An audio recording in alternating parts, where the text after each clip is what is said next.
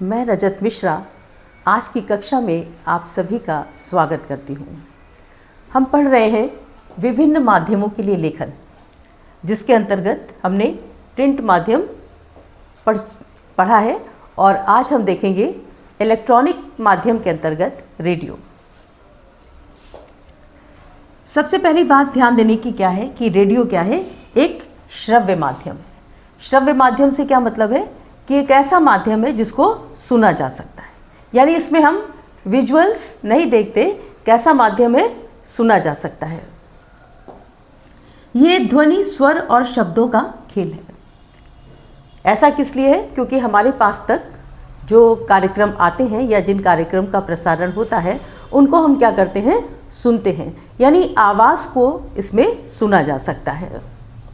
इसीलिए ये माध्यम जो है ऐसे लोगों के लिए भी उपयोगी बन जाता है जो पढ़े लिखे नहीं हैं, यानी जिनको भाषा का या विषय का ज्ञान नहीं है। ऐसे लोगों के लिए भी ये एक सशक्त माध्यम बन जाता है। साथ ही साथ जहाँ पर ऐसी समस्याएं हैं कि बहुत ज़्यादा इलेक्ट्रॉनिक माध्यम उपलब्ध नहीं है, ऐसी जगहों पर भी ये एक सशक्त माध्यम बनता है। रेडियो समाचार बुलेटिन को कहीं से भी सुना नहीं जा सकता। अब कुछ सीमाएं या कुछ कमियां भी हर माध्यम की हैं। इसमें क्या है कि इसको आप कहीं से भी सुन नहीं सकते, यानी जो प्रसारण हो रहा है उस कार्यक्रम को उसी रूप में जैसा प्रसारित हो रहा है वैसा ही आपको सुनना पड़ेगा। ज़्यादा से ज़्यादा क्या हो सकता है कि अगर आपको कार्यक्रम पसंद ना हो तो आप क्या कर सकते हैं? किसी दूसरे चैनल पर जा सकते हैं या बंद कर सकते हैं, लेकिन कार्यक्रम को जहाँ जैसा प्रसारित किया जा रहा है वैसे ही आपको सुनना पड़ेगा। ये प्रिंट माध्यम की सुविधा इस पर नहीं है कि हम कहीं से भी इसको पढ़ सकें। किसी कठिन शब्द या वाक्यांश के लिए शब्दकोश का सहारा नहीं लिया जा सकता। ऐसा किस लिए? क्योंकि अगर हम ये करने लगेंगे कि जो कार्यक्रम हम सुन रहे हैं उनके शब्दों को हम ढूंढने लगे या उनके अर्थ खोजने लगे तो कार्यक्रम निकल जाएगा, यानी वो पूरा कार्यक्रम हम सुन नहीं पाएंगे और तारतम्यता जब नहीं बनेगी, कंटिन्यूटी जब नहीं बनेगी तो क्या होगा? हमें कार्यक्रम समझ में नहीं आएगा। तो ये एक दिक्कत आती है कि किसी कठिन शब्द या किसी वाक्यांश को अगर हम ढूंढने बैठे तो क्या होगा? कार्यक्रम आगे निकल जाएगा और फिर क्या है? कार्यक्रम हम समझ नहीं पाएंगे। पीछे लौटकर सुनने की सुविधा नहीं है। जैसे हम और प्रिंट माध्यम में भी आपने देखा कि कभी आप सेकंड चैप्टर पढ़ लेते हैं, कभी आप फोर्थ चैप्टर पढ़ लेते हैं, ऐसी सुविधा है। इस तरीके से पीछे लौटकर सुनने की सुविधा नहीं है। कार्यक्रम अगर आपका छूट गया और आपने पूरी तरीके से ध्यान नहीं लगाया, इसीलिए इसमें एक दिक्कत क्या है? एकाग्रता की भी दिक्कत आती है कि उतना एकाग्र आपको होना चाहिए कि आप उस कार्यक्रम को ध्यान से बैठकर सुनें।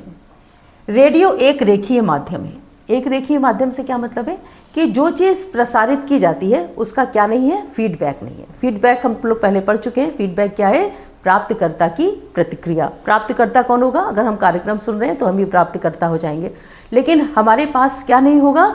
उस पर फीडबैक का जो मौका है वो हमारे पास नहीं होगा। इसलिए रेडियो कैसा है? एक रेखीय माध्यम है, यानी एक ही दिशा में कार्यक्रम को प्रसारित किया जाता है लेकिन पलटकर दूसरी तरफ से प्रतिक्रिया नहीं आती। इसलिए क्या है? एक रेखीय माध्यम है।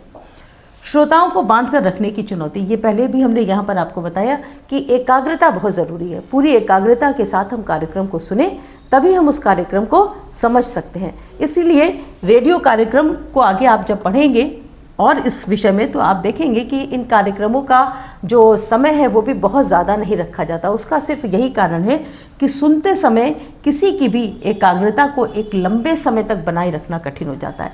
तो श्रोताओं को बांध कर रखने की चुनौती इस माध्यम है। तो ये है रेडियो माध्यम, जिसमें लेखन के लिए और हमें क्या क्या करना चाहिए ये हम अगले वीडियो में पढ़ेंगे।